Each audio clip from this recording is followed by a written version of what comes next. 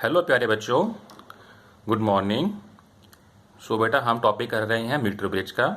तो metre bridge में हमने ये सीखा हुआ है अभी तक कि जब दोनों तरफ बैटरीज का पोटेंशियल डिफरेंस सेम रहता है तो करंट पास नहीं करता और गैल्वो हमें जीरो डिफ्लेक्शन देता है। ठीक है, ये देखिए ना, यहाँ पीछे वाली वीडियो में देख कर आए हो कि कब डिफ्लेक्शन लेफ्ट साइड में गया, कब डिफ्लेक्शन राइट साइड में गया और कब डिफ्लेक्शन जीरो हुआ। जीरो वाले केस में ये देखो दोनों तरफ जो हमारे पास बैटरीज का पोटेंशियल है वो सेम होता है। तो जब आपने यहाँ पर रीडिंग लेने के लिए जॉकी को मूव करवाया from A to B side तो आपका डिफ्लेक्शन भी जीरो आया था। इट मीन्स कि सर्किट डायग्राम में कहीं ना कहीं जो बैटरीज का पोटेंशियल है वो सेम हो रहा है, तभी हमारे पास जी जीरो आएगा ना एज पर दिस कंडीशन। अब हमने वो पॉइंट ढूंढना है कि कब हमारे पास जी जीरो आया और उस टाइम पर क्या ऐसी कंडीशन हुई होगी सर्किट डायग्राम में कि हमारे पास जो जी है वो जीरो है।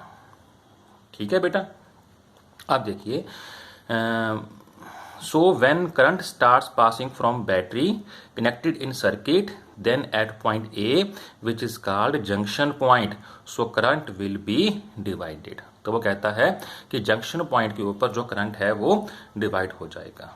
ठीक है, अब पता है आपको कि जब आपने मीटर ब्रिज वाले सेटअप को बैटरी से और की से ज्वाइन करोगे तो ए पॉइंट के ऊपर जाकर देखा होगा आपने, वो ए पॉइंट एक जंक्शन पॉइंट है और वहां से जो करंट है वो डिवाइड होता है। ठीक है बेटा, तो थोड़ा सा वेट करिए, मैं बेटा वो पेज लेकर आता हूँ जिसके ऊपर मैंने सर्किट डायग्राम बनाया था इसका, क्योंकि मैं नहीं चाहता कि अब मैं बीच में वीडियो को रोकूं, क्योंकि 2 मिनट्स की वीडियो हो चुकी हुई है और वो बस 2 मिनट वेट करिए। बस मैं अभी गया और अभी लेकर आया आपका वो पेज।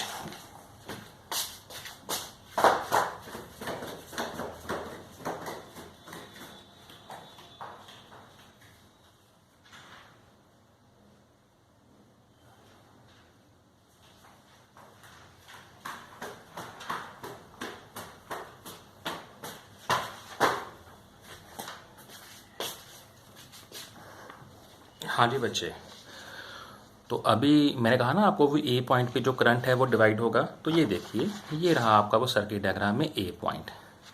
तो देखो ये बैटरी का पोटेंशियल होगा, ये हमारे पास की लगी हुई है। तो जब की से इस बैटरी के पोटेंशियल से करंट जो है वो यहाँ पर पहुँचता है ए पॉइंट के ऊपर, तो ए पॉइंट पर जो करंट है वो डिवाइड हो जाएगा। मीन्स कुछ पार्ट जो करंट का होगा वो इस वायर से पास करना शुरू कर देगा और कुछ जो पार्ट करंट का है वो इस वायर से पास करना शुरू कर देगा। ठीक है जी, अब देखिए ये हमारे पास कौन सी वायर है, रेजिस्टिव वायर है। तो रेजिस्टिव वायर के ऊपर जब करंट का कुछ पार्ट पास करेगा तो वो अपना पोटेंशियल बना लेगा। बन गया यहाँ पर पोटेंशियल ना, क्लियर। तो ऐसे यहाँ पर पोटेंशियल बन जाएगा। ये तो हमारे पास अननोन था, ये तो हमने निकालना है। तो यहाँ पर भी जो करंट जाएगा और यहाँ से हम जिस रेजिस्टेंस वाली की को प्लग आउट करेंगे उस रेजिस्टेंस और पोटेंशियल को मिलाकर यहाँ भी जो पोटेंशियल है वो कुछ बन जाएगा। इट मीन्स देख लिया आपने कि किस तरह से हमने रेजिस्टेंस था हमारे पास बैटरीज के पोटेंशियल नहीं थे, बट फिर भी हमने पोटेंशियल के फॉर्म में उसको कन्वर्ट किया बाय यूजिंग ओम्स लॉ। पता लग गया किस तरह से ए पॉइंट पे। देखो ना, ये जो करंट है जब यहाँ पर करंट जाएगा तो उसके बाद कुछ पार्ट करंट का इस पार्ट में आ जाएगा और कुछ पार्ट जो करंट है वो यहाँ जाना शुरू कर देगा। अब देखिए आगे, तो what is it, some part of current will pass from the resistive wire जो ए बी वायर है and some part of current will pass from the metal strips, और कुछ करंट जो है वो मेटल स्ट्रिप से पास होना शुरू हो जाएगा। मेटल स्ट्रिप्स कौन सी है, जो ए के ऊपर लगी हुई है। Now wire AB has resistance, so when current is passed, so by Ohm's law V is equal to IR, so potential is set up।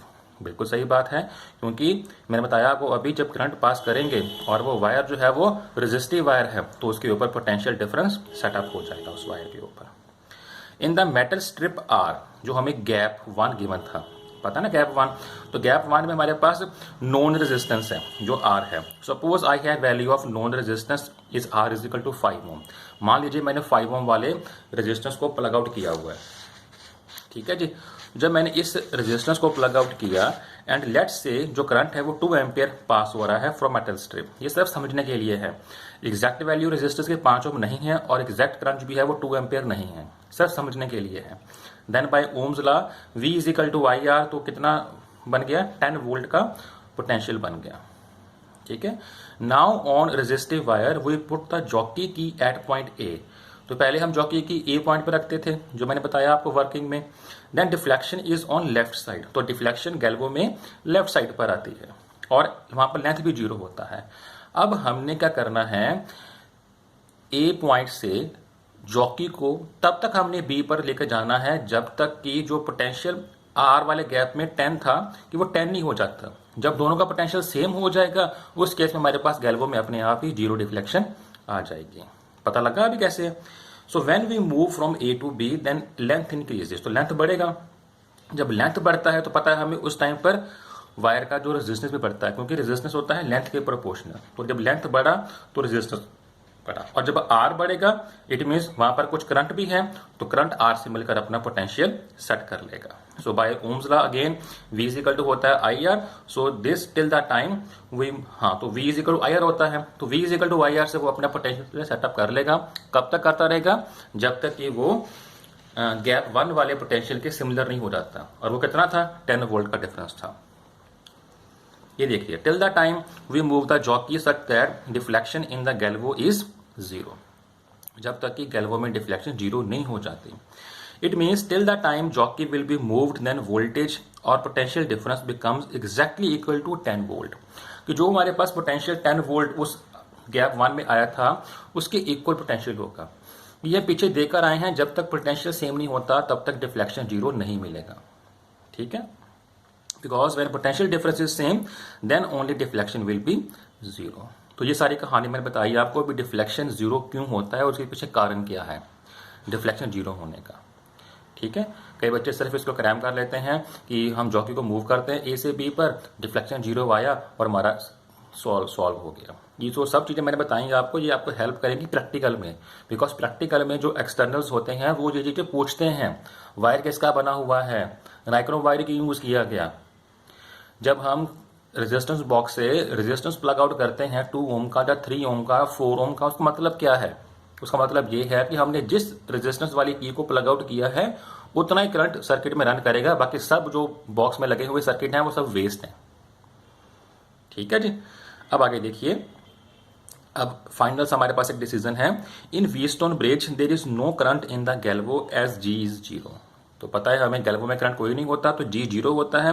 This happens when potential difference is same and there is no current in the galvanometer. और ये कब होता है? जब galvo वाले जो line है उसके ऊपर दोनों तरफ पर जो पोटेंशियल डिफरेंस है वो सेम हो जाए। ठीक है, so it is same like Wheatstone bridge. वहां भी ऐसा ही था, ऐसा था वहां पर ना, वहां पर भी हम क्या कर रहे थे, काइट शेप बना रहे थे और वहां पर सेंटर वाली लाइन में जो G की वैल्यू थी वो 0 होती थी। ओके, सो वहां से हमारा क्या रिजल्ट बन गया फिर, R/S is equal to L1 upon 100 minus L1। और ये जो रिजल्ट हमने लिया है ये हमने व्हीटस्टोन का प्रिंसिपल यूज किया है। वहां पर R1/R2 था इज इक्वल टू R3/R4 था। अब हमने R3 और R4 को लेंथ के अकॉर्डिंगली कन्वर्ट कर लिया और ये जो हमारे पास R1 R2 थे इसको हमने R और S लिख लिया। यहाँ पर R है नोन रेजिस्टेंस गैप 1 वाला और S है अननोन रेजिस्टेंस गैप 2 वाला। क्लियर बच्चे? तो ये था आपका सारा की सारी कहानी मीटर ब्रिज की।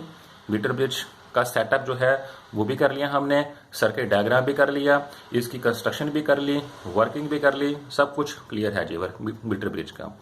तो बेटा अब आपका सारा सिलेबस कंप्लीट है चैप्टर 3 का।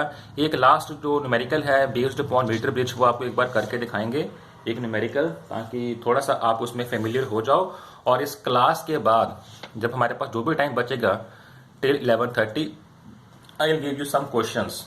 ठीक है, न्यूमेरिकल पे कुछ क्वेश्चंस दें करने के लिए आपको, you will try that question. तो ये है क्वेश्चन नंबर 3.9 है आपकी एनसीईआरटी बुक का। ठीक है, एनसीईआरटी बुक का क्वेश्चन नंबर 3.9 है। तो क्वेश्चन क्या है, in a metre bridge the null point is found at a distance of 33.7 centimetre. Null point क्या होता है? Null point is that point when the deflection in the galvo is exactly 0, उसको null point बोलते हैं। From point A, now if a resistance of 12 ohm is connected in the parallel with S, then null point is